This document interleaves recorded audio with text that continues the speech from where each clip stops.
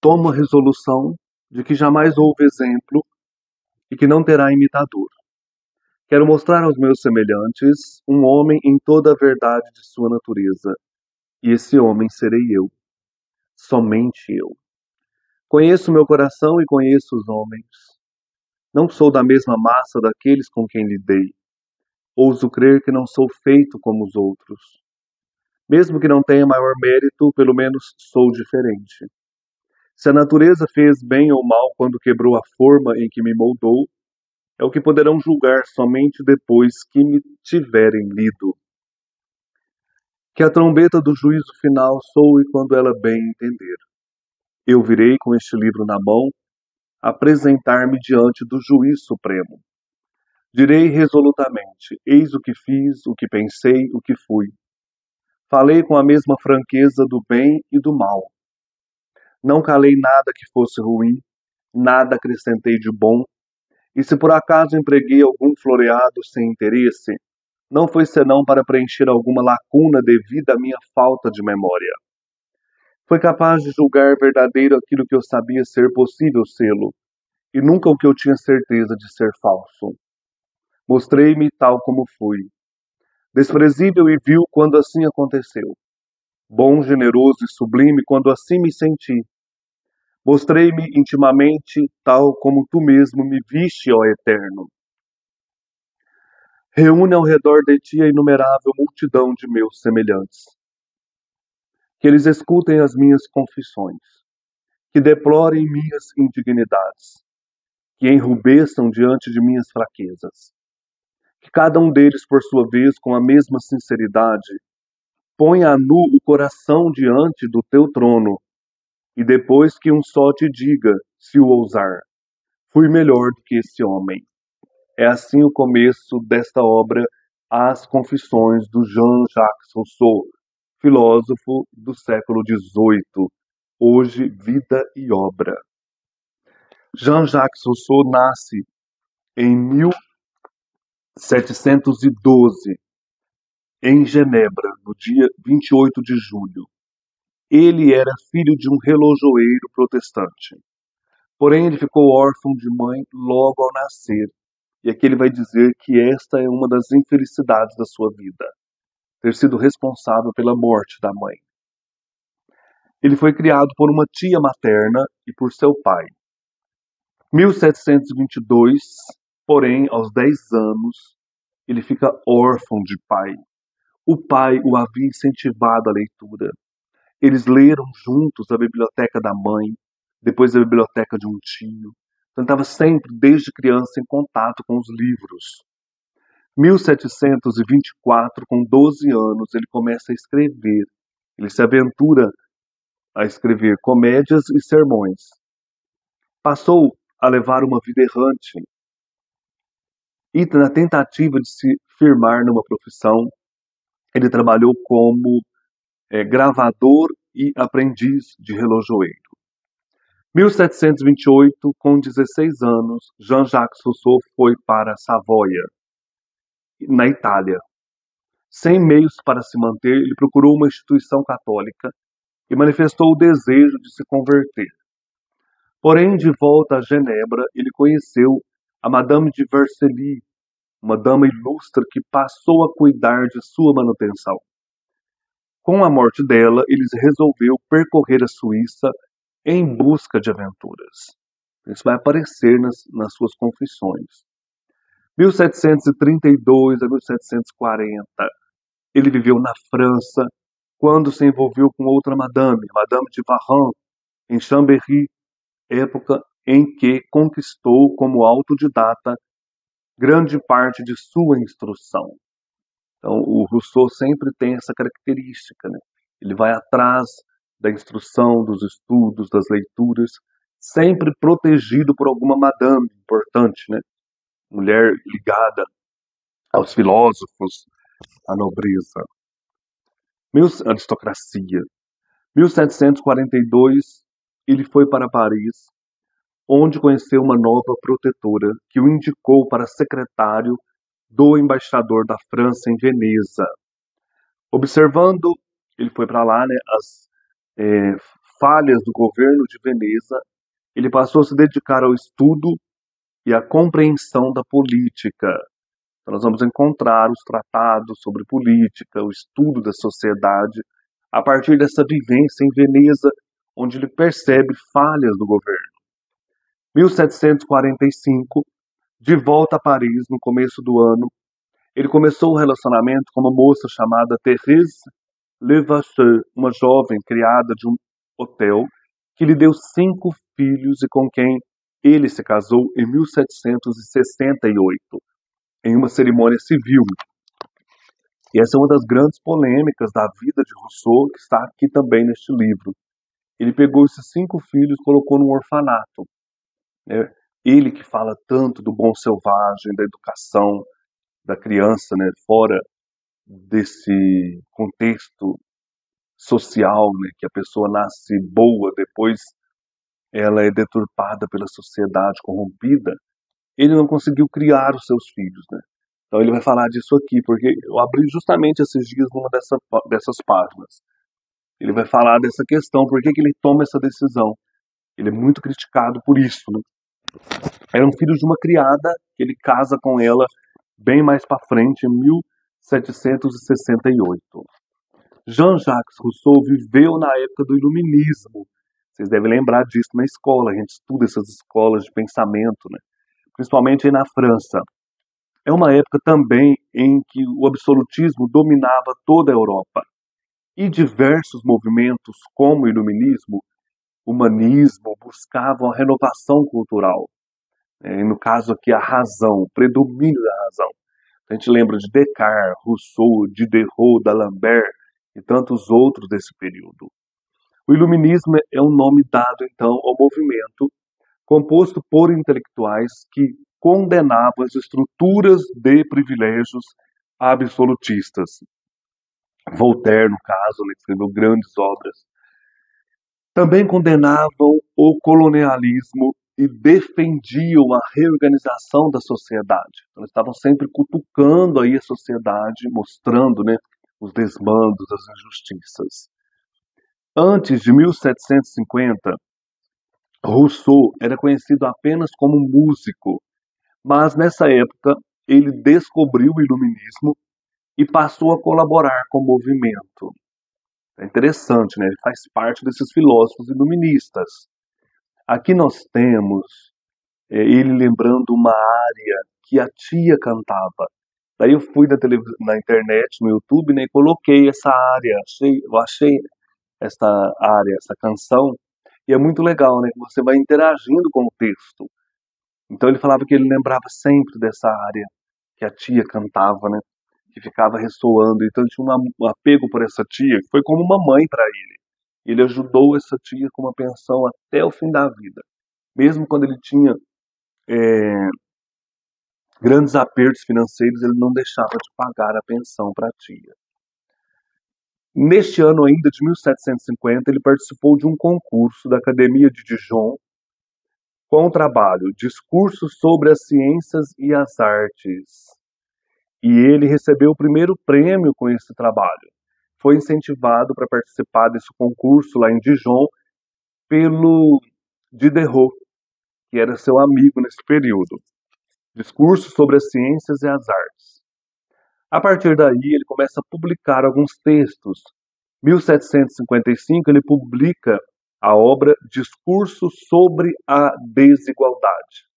Lembra que ele foi para Veneza, trabalhou lá e começa a perceber os desmandos do governo? Olha uma frase interessante do Rousseau. O homem é naturalmente bom.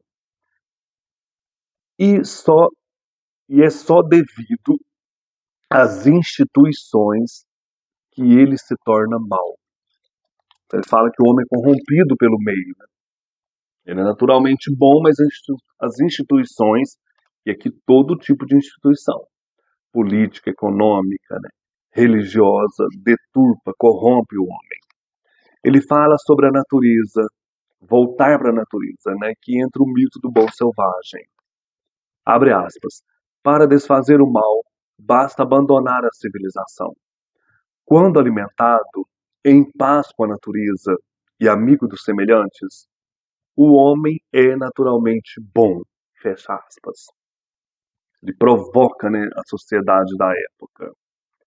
1761 ele publica um romance chamado Julie ou A Nova Heloísa. Este livro exalta o direito da paixão, mesmo ilegítima, contra a hipocrisia da sociedade. Está sempre ligada a essa questão da sociedade como um lugar de corrupção. Ele exalta nesse livro, A Nova Heloísa ou Julie, as delícias da virtude, o prazer da renúncia, a poesia das montanhas, florestas e lagos. Abre aspas. Só o ambiente campestre pode purificar o amor e libertá-lo da corrupção social. Fecha aspas. Aqui a questão do amor pode desenvolver, né, no meio campestre. Daí nós temos aqueles quadros do iluminismo, dos namorados, das famílias no campo fazendo piquenique, né? No fundo temos ovelhas, pastores. Então essa época do iluminismo, a volta ao campo. O livro Nova Heloísa ou Julie foi recebido com arrebatamento. A natureza entra na moda, desencadeia uma paixão por toda a Europa, que depois se reflete também aqui no Brasil, né? É a primeira manifestação do romantismo, a volta à natureza. E aqui, no Brasil, esse lugar esplendoroso, né? Cheio de natureza, exuberante, nesse período principalmente, tornou um lugar fecundo para o desenvolvimento do romantismo. 1762 surge a obra mais discutida do Rousseau. Eu tenho ela, O Contrato Social, escrito em 1762. Segundo Rousseau, o contrato social é uma utopia política que propõe um Estado ideal, resultante do consenso e que garante os direitos de todos os cidadãos. É interessante, né? Aqui nessa edição, né, da La Fonte diz: é considerado um dos textos mais importantes para a formação do pensamento democrático moderno.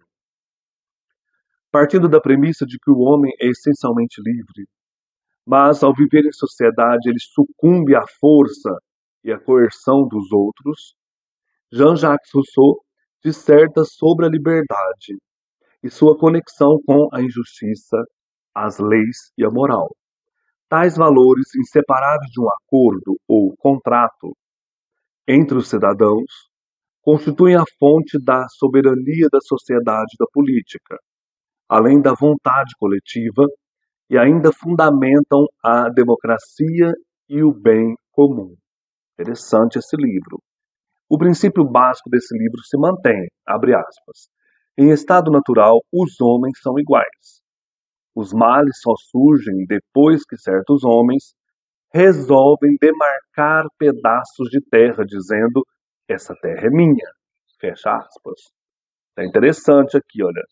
No Nova Heloísa, ele trabalha a questão do amor. E o homem civilizado, corrompido pela sociedade, o amor não se manifesta plenamente. Aqui é a questão da injustiça, né? A pessoa começa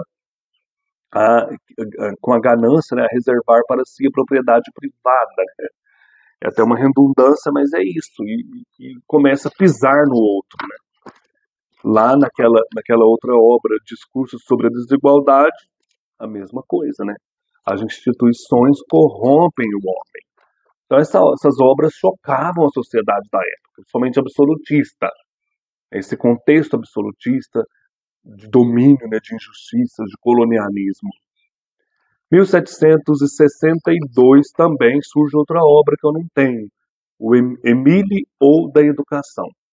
É uma utopia pedagógica, que é criticado, né? Mas como que ele vai falar desse Émile ou da educação se ele mesmo abandona os filhos?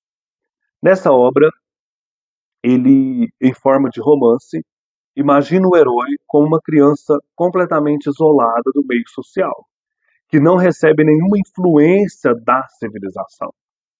Então aqui ele já mostra em plenitude, né, como que uma criança vai se desenvolver ao ser criada fora da civilização, bom selvagem, criado num ambiente campestre. Como que isso vai mudar a maneira de ser desta pessoa, né, desta criança depois desenvolvida. Porém, o Parlamento de Paris condenou tanto o contrato social como o Emile, ou da educação, que considerou repletos de heresias religiosas. Então, nesse mesmo ano de 1762, ele se afastou de Diderot e dos demais filósofos, D'Alembert, Voltaire, né? Rousseau foi forçado a se exilar na Suíça, pois havia uma ordem de prisão contra ele. Constantemente perseguido, ele vai para a Inglaterra em 1765. Vai morar então com o filósofo David Hume, que o acolheu. Mas os dois, com o tempo, se desentendem. E o Rousseau, no ano seguinte, 1766, retorna incógnito à França. Então essas perseguições vão ser aí constantes no final da vida dele. Para justificar-se desses ataques a que esteve exposto, ele escreve então esta obra maravilhosa que eu amo, que são as Confissões, mesmo título da obra de Agostinho, né, Santo Agostinho. Elas foram, essas confissões, publicadas póstumamente em 1782. É a obra que prevalece, né, um livro autobiográfico. As Confissões podem ser lidas como um autêntico romance, resumindo a riqueza de uma personalidade, que buscou compreender a vida pelo exercício das letras, da escrita, da educação, da filosofia. Então você entra na intimidade do filósofo. Por mais que digam que o escritor em primeira pessoa não é confiável aqui, ele também não é muito não. Mas é interessante, né, que ele, como diz no prefácio, na abertura, né, ele vai apresentar esse livro para o Eterno, para Deus falar, esse sou eu. É interessante isso aqui, né? Essa ousadia dele.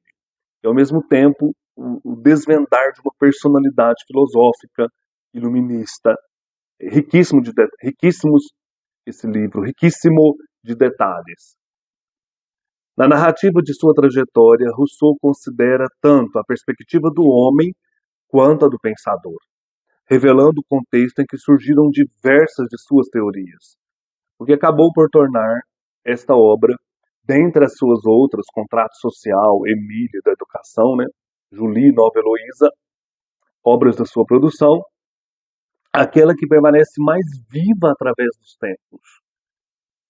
É muito interessante entrar em contato com a filosofia através da vida. Eu gosto muito, eu tenho muitos livros aqui nessa estante verde, muitos livros de filosofia, de biografias e também de autobiografias. Essa é uma das espetaculares, consagradas pela história da literatura e da filosofia, que você não deve deixar passar no seu repertório de leitor. Conhecer a vida de um filósofo por meio da autobiografia, lançada então póstumamente em 1782. 1788, voltemos antes, né? Rousseau, ainda perseguido, ele vai aceitar a acolhida do Marquês de Girardin em seu domínio, em seu castelo, o castelo do Marquês em Ermenonville, onde ele vai viver as suas últimas semanas de vida, né? Já debilitado mentalmente pela mania de perseguição. Então, assim, não sei se eles já estavam, né, perseguindo até o fim da vida, mas ele estava sempre carregando essas manias aí na cabeça, né? Falece, então, em 1778, neste mesmo ano que ele vai para a propriedade do Marquês de Girardin, em Ermenonville, na França, no dia 2 de julho, né, no mês do seu aniversário, que ele fazia aniversário dia 28 de julho, morreu em 1778. Viveu de 1712 a 1778. Morre em Ermenonville. 15 anos mais tarde, o seu valor foi reconsiderado. Defensor ardoroso dos princípios de liberdade, igualdade e fraternidade, que será o lema da Revolução Francesa, o Rousseau foi visto como um profeta do movimento. E essa questão de ter abandonado os filhos também vai ser reconsiderada, né? E o seu valor como filósofo, é o que importa, né, vai aparecer aí na história. Então ele é considerado um profeta do movimento francês, liberdade, igualdade e fraternidade. Seus restos mortais foram transportados para o Panteão de Paris, né? E hoje ele está lá para ser visitado. Jean-Jacques Rousseau, né? A vida de um grande filósofo e escritor do Iluminismo. Um abraço e até mais.